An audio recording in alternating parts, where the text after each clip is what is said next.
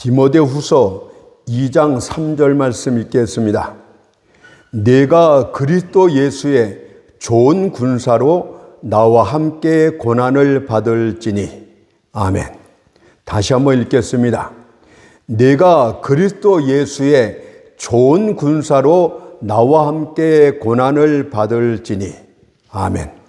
오늘은 이 본문 말씀을 통하여 십자가의 좋은 군사, 이런 제목으로 하나님의 말씀을 살펴보겠습니다.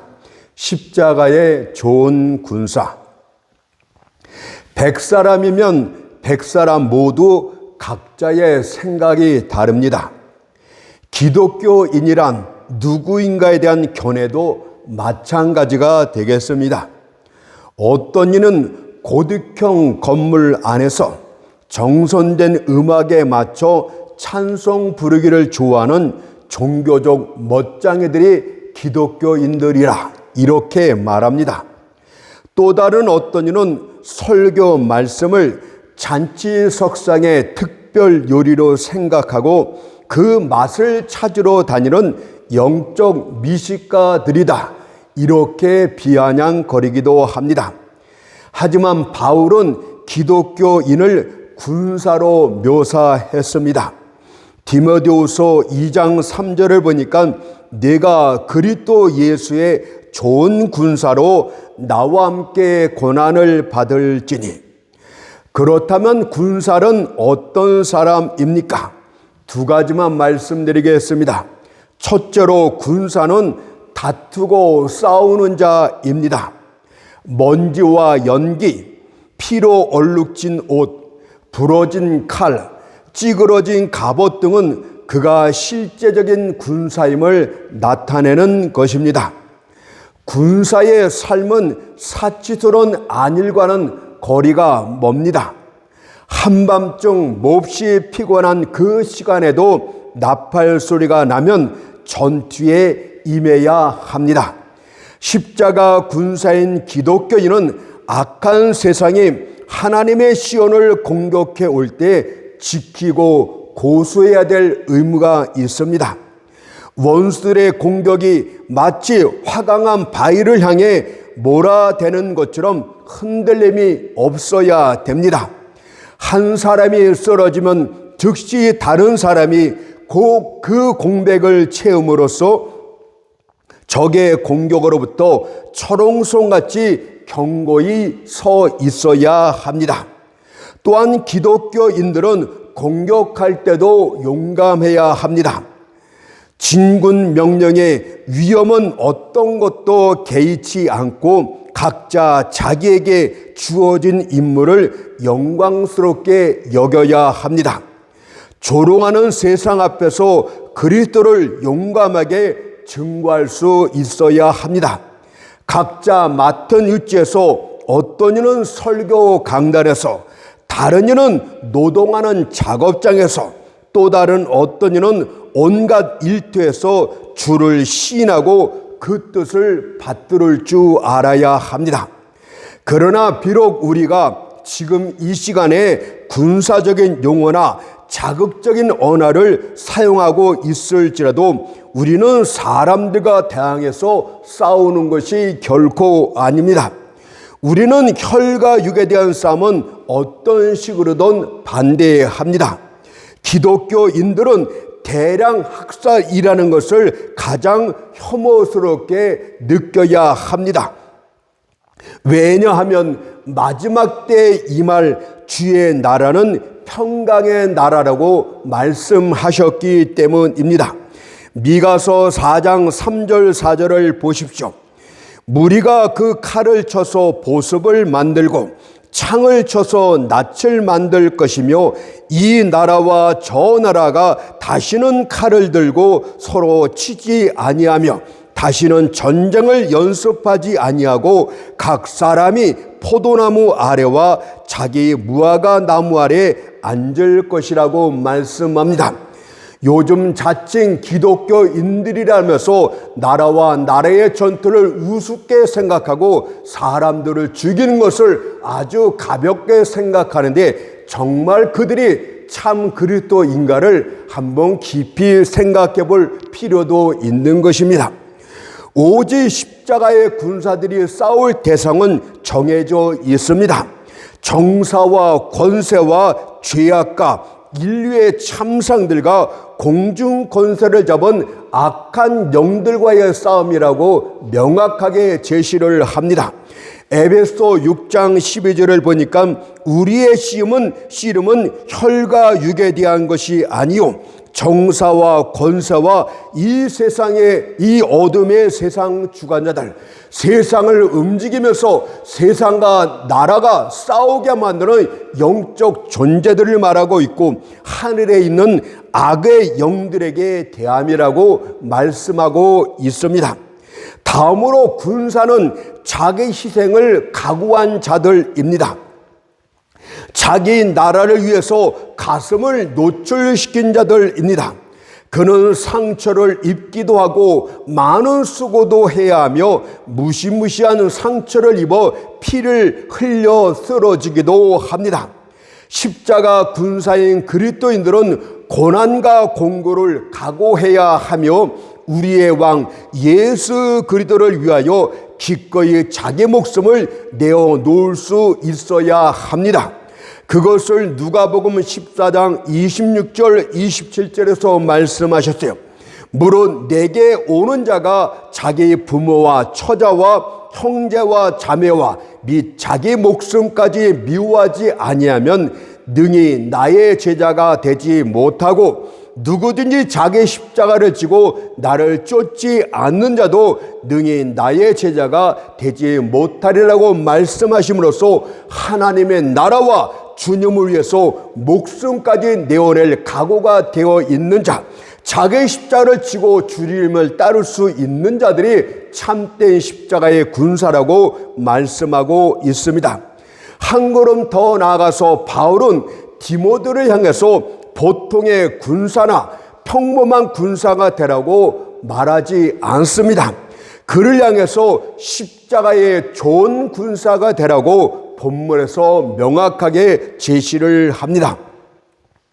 실제 모든 그리스도인들은 십자가의 좋은 군사가 될 것을 결심해야 됩니다.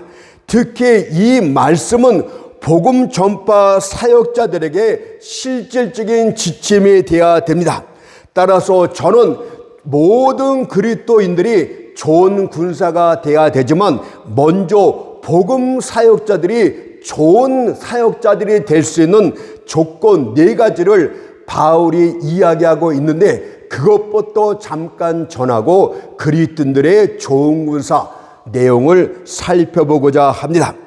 바울은 본문에서 본장 2장에서 좋은 복음 사역자가 될 수 있는 조건 4가지를 제시를 했습니다. 첫째로 고난 받을 준비가 되어 있어야 한다고 말했습니다. 왜냐하면 디모데후서 2장 3절을 보니까 내가 그리스도 예수의 좋은 군사로 나와 함께 고난을 받을지니 라고 분명히 말씀합니다. 저도 제 자신을 예외로 시키지 않겠습니다. 똑같이 복음을 증거하는 자라면 달변가를 이야기하는 것이 아니요 설교 강단에서 엉뚱한 이야기를 하는 자들이 아니라 복음의 말씀을 전한 자들에게 주시는 말씀이 되겠습니다. 내가 그리스도 예수의 좋은 군사로 나와 함께 고난을 받을지니. 이미 바울은 그리스도를 위해서 고난을 받고 있었습니다. 따라서 디모데에게도 핍박과 박해와 투옥과 순교를 두려워하지 말고 나와 함께 고난에 동참하자고 훈계를 합니다.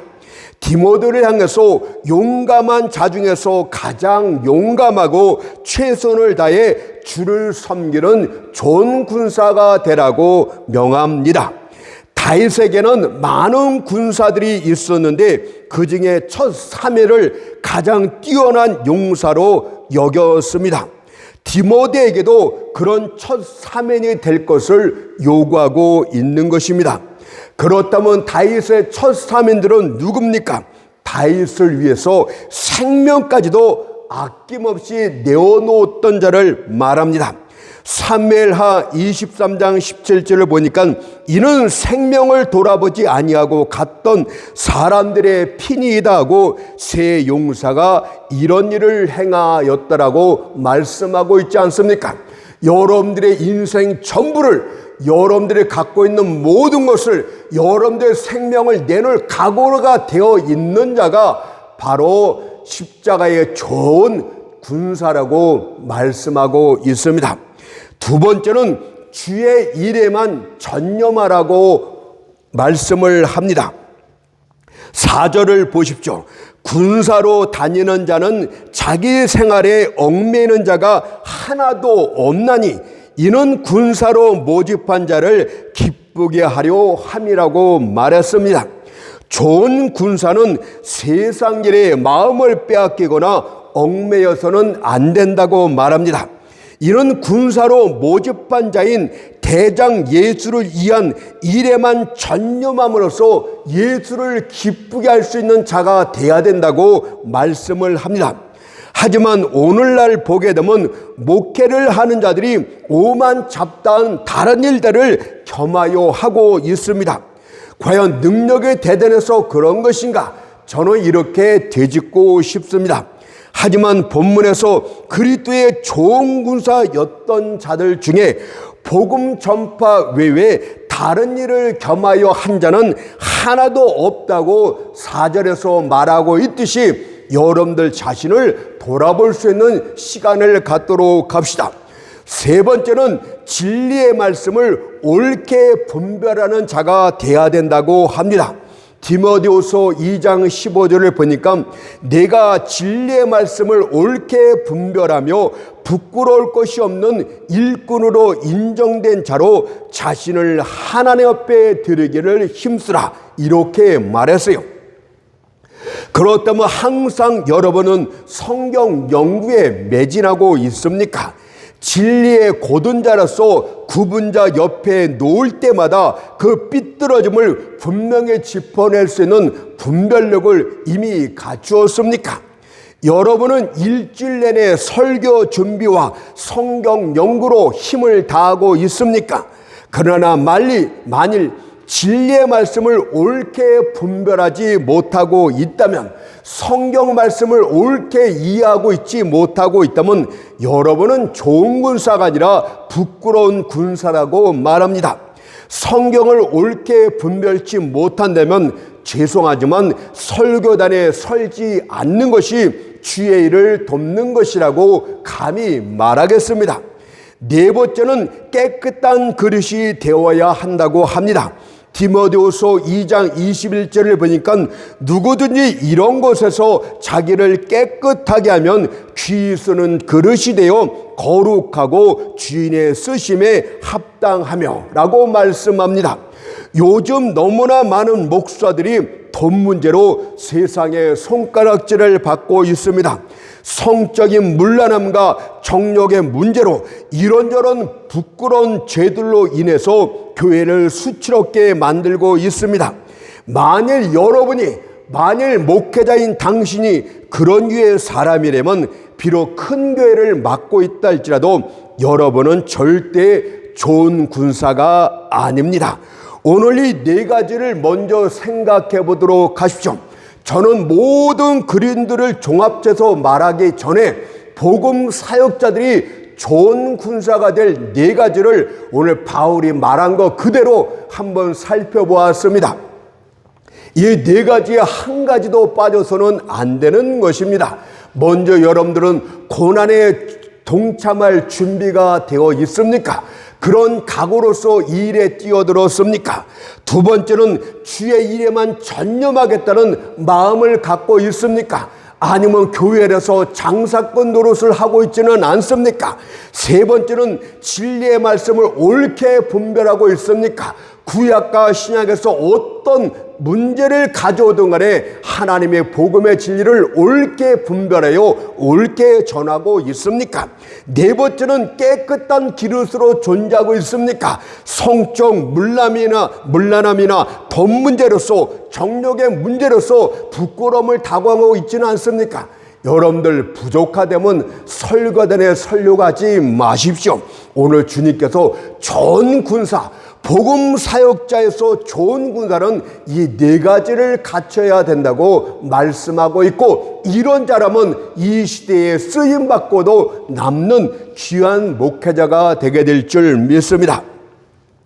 그렇다면 이제는 다시 본문으로 돌아서 모든 그리스도인들에게 적용될 수 있는 좋은 군사에 대한 두 가지를 말씀드리고 마치겠습니다. 첫째로, 그리스도 예수의 좋은 군사는 자기 왕에게 충성하는 자라고 말씀드리고 싶습니다. 교회 안에서 돈 많은 사람들, 헌금 많이 나는 사람들, 정치인들, 높은 지위의 사람이 아니라 좋은 군사는요, 왕께 충성하는 자라고 말합니다. 목사에게 말하는 것이 아니에요. 목사에게 충성하고 아부하라는 것이 아닙니다. 우리의 왕 예수께 충성하는 자가 좋은 군사다 말하고 있습니다. 십자가의 군사는 거룩하신 구속자를 자기 왕으로 시인하고 그의 유일하고 완전한 권위를 철저하게 고백할 수 있어야 됩니다. 그는 모든 형태의 적 그리스도를 증오할 줄 알아야 되고, 평강의 왕이신 주의 통치에 반대하는 모든 세상 원리를 미워할 수 있어야 되는 것입니다. 그리스도가 전부라는 말이 그의 인생의 좌우명이 되어야 됩니다. 그분께 순종하는 것이 그의 필생 과업이 되어야 됩니다. 최후 승리를 거두고 칼을 칼집에 꽂을 때까지 십자가에 못 박히신 그분을 그의 영혼의 유일한 왕으로 모실 수 있는 자가 좋은 군사라고 말씀을 합니다. 왜 그렇습니까? 그분께서는 여러분 자신을 자신의 핏값으로 값주고 사셨기 때문에, 그분의 능력으로 여러분이 구속함을 입었기 때문에 그렇다고 말합니다. 계시록 5장 9절을 보십시오. 일찍 죽임을 당하사 각 족속과 방언과 백성과 나라 가운데서 사람들을 피로 사서 하나님께 드리고, 따라서 이제 우리는 우리 자신의 것이 아니라 주님의 것이 되었습니다. 따라서 우리의 심령은 그 왕의 이름, 예수의 이름을 들을 적마다 풀무같이 뜨겁게 달아올라야 합니다. 그분께 대한 열심이 우리를 삼킬 수 있어야 됩니다. 만약 구원의 대장 예수를 사람들 가운데서 더 높아지게만 할 수 있다면 무시와 비웃음의 구렁텅이에 빠져 죽어도 만족스럽게 여길 줄 알아야 됩니다. 그러나 오늘날 교회를 보게 되면 그런 충성된 자를 찾아볼 수가 없는 것 같습니다. 주변을 둘러보십시오. 원수가 밀 가운데 가라지를 뿌리고 있습니다. 교회 가운데 이단과 거짓거래가 난무합니다. 원수가 성을 무너뜨리라고 땅을 파고 있습니다. 늑대들이 양우리 속으로 침입해 들어옵니다. 그러나 여러분들은 무관심으로 쿨쿨 잠만 자고 있습니다. 어떻게 피 흘리는 싸움 중에 잠을 잘 수 있단 말입니까? 과연 이것이 충성된 자의 모습이란 말입니까? 여러분이 세상 하찮은 것들을 중요하게 생각하기 때문에 그리스도 예수의 귀중함을 인지하지 못한 것 아닙니까? 쓸모없는 겨와 열애에 빠져 있기 때문에 미래에다 관심을 두지 않는 것 아닙니까? 모든 십자가의 군사들이여, 첫사랑부터 회복하도록 하십시오. 충성하기 위해서는 예수를 뜨겁게 사랑하는 이 마음이 여러분들 마음 가운데 있어야만 됩니다. 여러분의 이기심을 버리고 그리스도를 위해서 다시 일어나도록 하십시오. 그리고 남자답게 열심히 싸우도록 하십시오. 전쟁의 날에 무장을 하고도 등을 돌려 도망쳤던 에브라임 자손들처럼 되지 말고 모두가 바울처럼 좋은 군사들이 되도록 하십시오.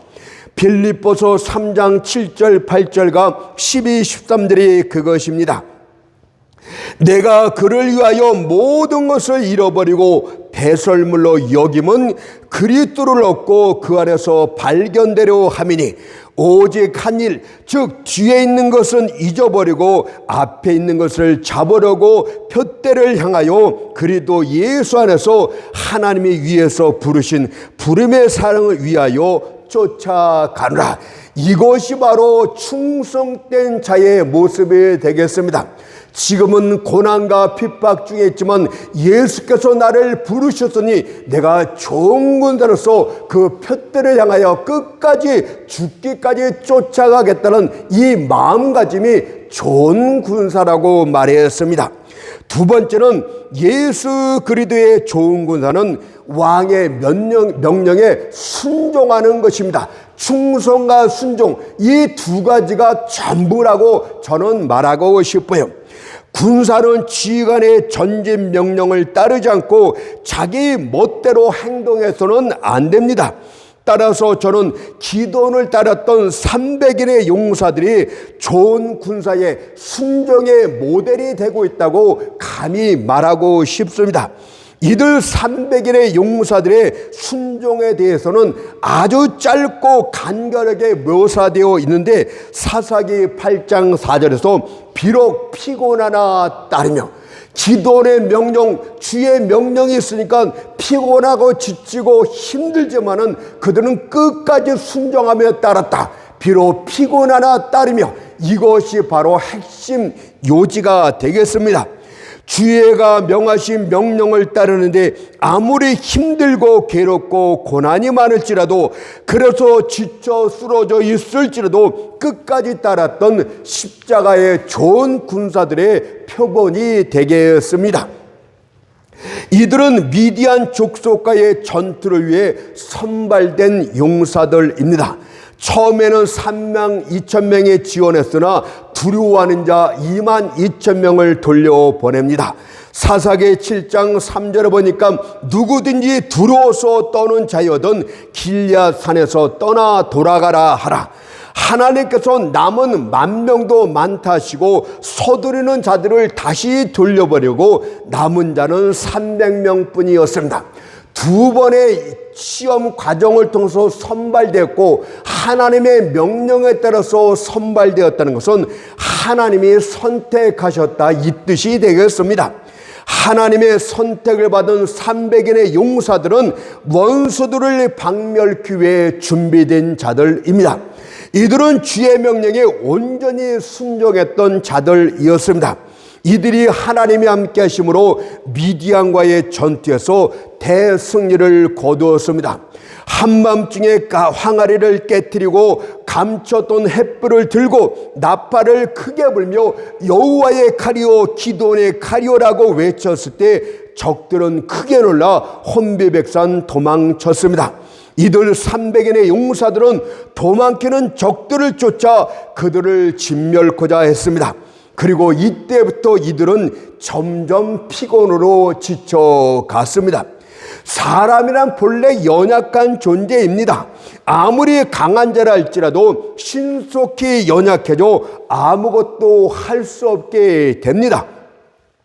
그렇다면 이들이 피곤에 지친 이유는 무엇입니까? 이들은 도망치는 적들을 밤낮으로 쉬지 않고 쫓아야 했습니다. 첫 번째, 이들이 피곤해요 지친 이유는 빠른 속도의 추적이 아니라 오랜 시간의 뒷쫓음으로 그들이 지쳤다고 합니다. 하나님의 일을 하면서 오래도록 하는 것은 대단히 힘든 일입니다. 여러분들의 경우 1년, 2년 그리스도를 위해서 열심히 싸우는 것은 그리 어렵지 않습니다. 제가 목회를 할 때도 5년, 10년은 그냥 거뜬하게 지나갈 수 있습니다. 그러나요, 오랜 시간이 걸치게 되면, 인내와 견딤의 시간이 다가오게 되면 문제는 완전히 달라집니다. 오랜 세월 동안의 시련, 오랜 세월의 고통과 투쟁은 믿음이 없이는 절대 불가능한데, 이들이 오랜 추적으로 인하여 지치고 쓰러졌다고 합니다.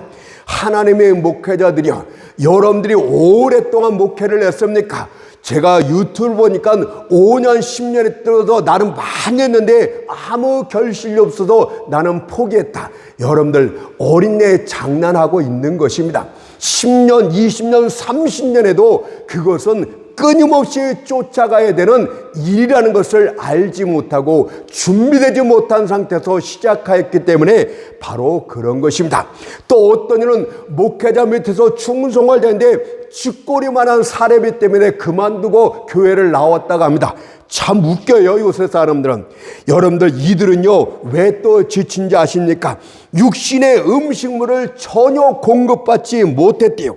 그래서 더욱 빨리 더욱 심하게 지쳤습니다. 이들이 명령을 따라서 미디안 족속을 추적하는 중에 숲곳에 이르러 떡을 구합니다. 그러나 이런 치하에 거절을 당하고 맙니다. 이유는 너희가 미디안 족속을 이길지 어떨지 모르는데 어떻게 떡을 주겠느냐. 너희들의 외모를 봐서는 잘 될 것 같지 않으니까 떡을 안 주겠다 이것입니다. 보아하니 승산이 없어 보이는데 우리가 무슨 헌금을 하고 무슨 도움을 너희한테 주겠느냐. 그냥 굶어 죽어라 이 뜻 아닙니까? 그래서 이들은 굶주린 중에 계속 쫓아야 됐습니다.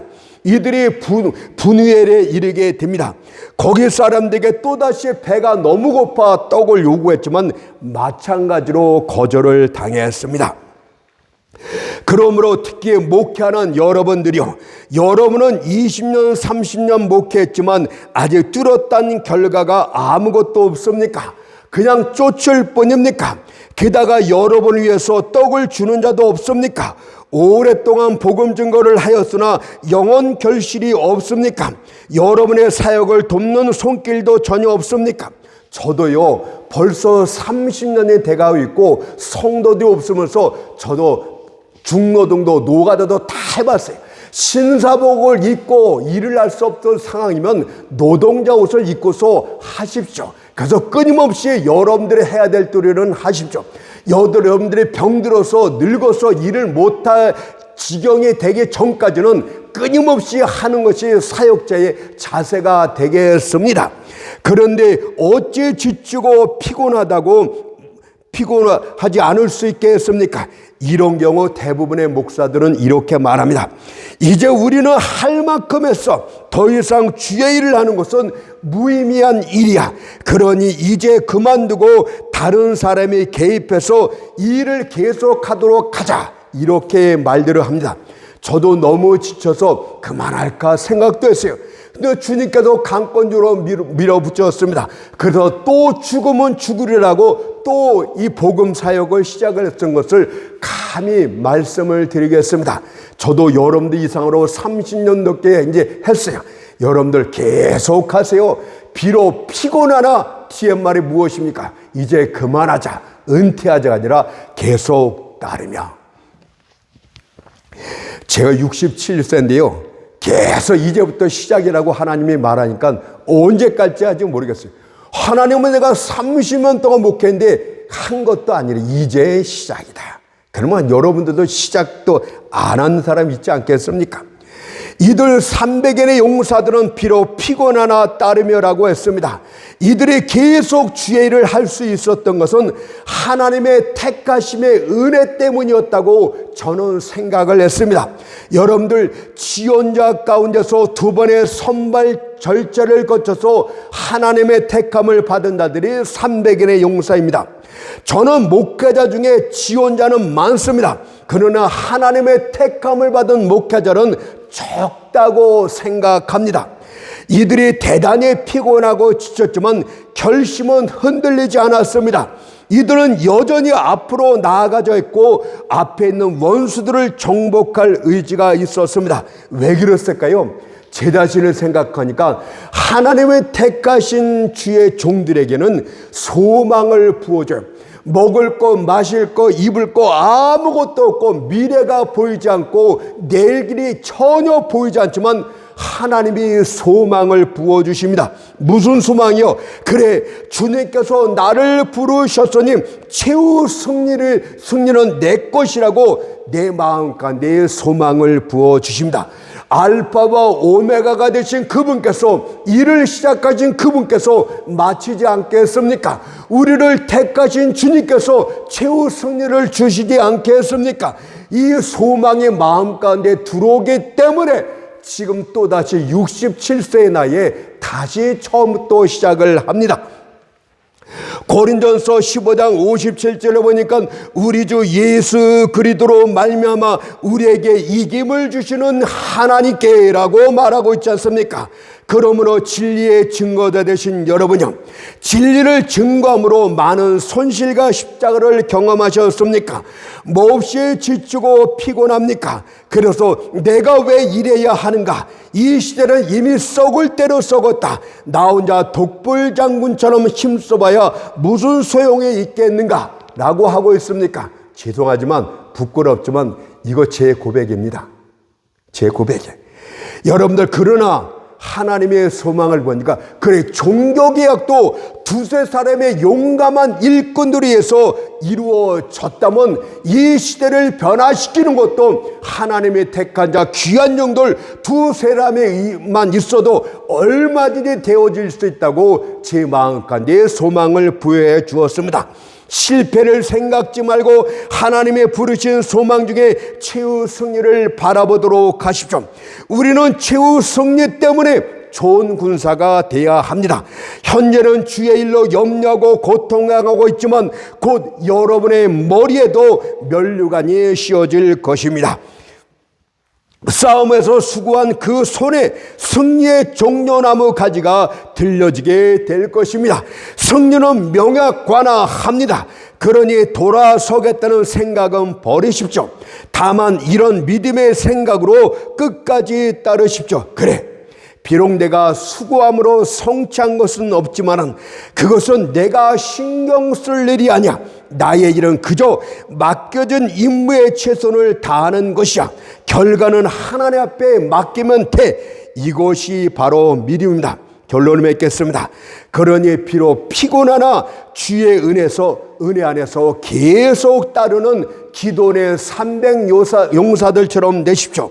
그렇게 할 때 현재는 상상조차 할 수 없는 최고의 영광을 여러분들 각자가 맞이하게 될 줄 믿습니다.